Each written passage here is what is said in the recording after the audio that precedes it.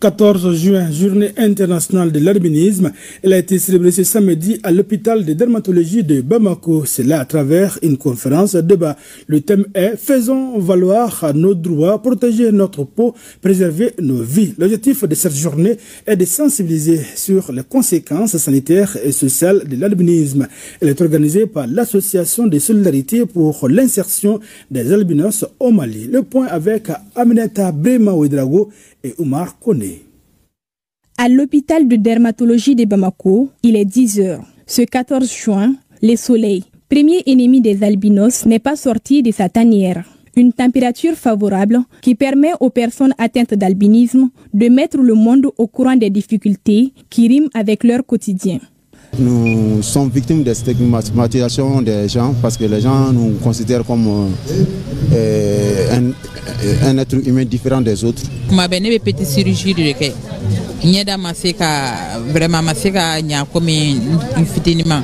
École ko vision ko parce que le 13 juin de chaque année est dédié à la sensibilisation à l'albinisme. C'est dans cette dynamique que l'Association de solidarité pour l'insertion des albinos au Mali a organisé cet espace d'information afin d'éveiller les consciences sur les dangers de cette maladie et le rôle que joue le centre de dermatologie dans le suivi et la prise en charge des albinos. On a abordé des thèmes comme qu'est-ce que l'albinisme, quelles sont les complications, quels sont les moyens de prévention. Il y a eu aussi des thèmes sur l'impact du rejet social sur une personne atteinte d'albinisme et aussi l'importance de l'éducation pour l'épanouissement d'une personne atteinte d'albinisme. L'association a été créée en juin 2009. Nous avons un laboratoire de production de crèmes solaires au Mali et nous distribuons les crèmes gratuitement.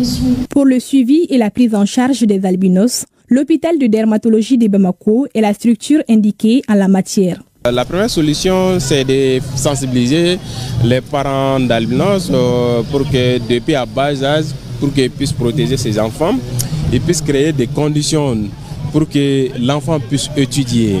Ces conditions sont souvent, il y a la correction de vision en donnant des verres correcteurs et des verres fumés.